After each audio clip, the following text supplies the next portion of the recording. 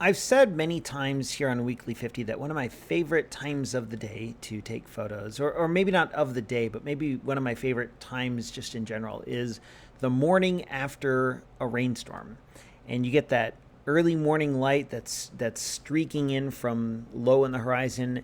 You get this sense of renewal and freshness as the world is covered in water from the rain before, and all of that does interesting things to the colors. It's just a really cool time to go out and take photos. And so on a rainy morning, I went outside in my own backyard, which I talk about sometimes here on the blog, of how you don't have to go very far to get an interesting photo. And sometimes that's your own backyard. So I did that. I went out to my own backyard, and honestly, I was a little disappointed. Everything was green, and because of that, nothing really stood out. There was no variety of colors. We don't really grow flowers or anything like that in our yard. Like, whatever grows there, grows there. We're not gardeners or anything.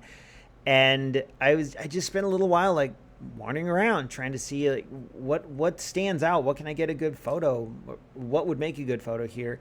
And there was probably a lot more than I realized. I guess if I would have looked a little harder, maybe I could have found some, I don't know, like some sticks in the ground or a fence post or something. But I ended up with this here. This is a red banded hair streak butterfly. I've taken pictures of them before. In fact, one of the first Weekly 50 photos I remember taking was of one of these butterflies on campus. And, I thought, well, I might as well try. I set my camera to f13 and then the usual like auto ISO minimum shutter speed of probably 180th of a second, and I got this photo.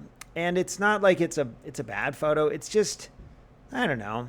I feel like it's not that complicated. It's just kind of basic.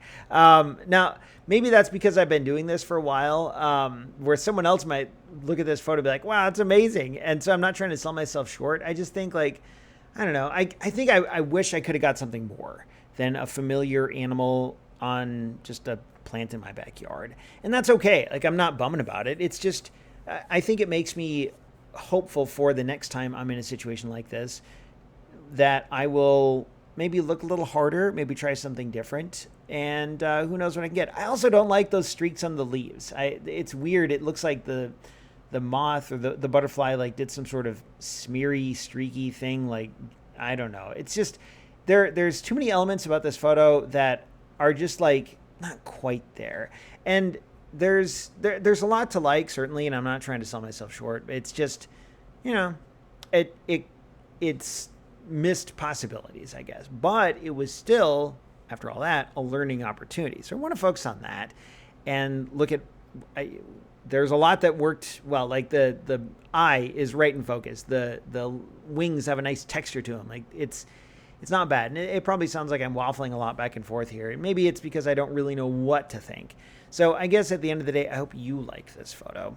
And I do on a lot of levels. I just think that maybe I could have looked a little harder for something a little different or a little more creative. But that's okay. There'll be another one.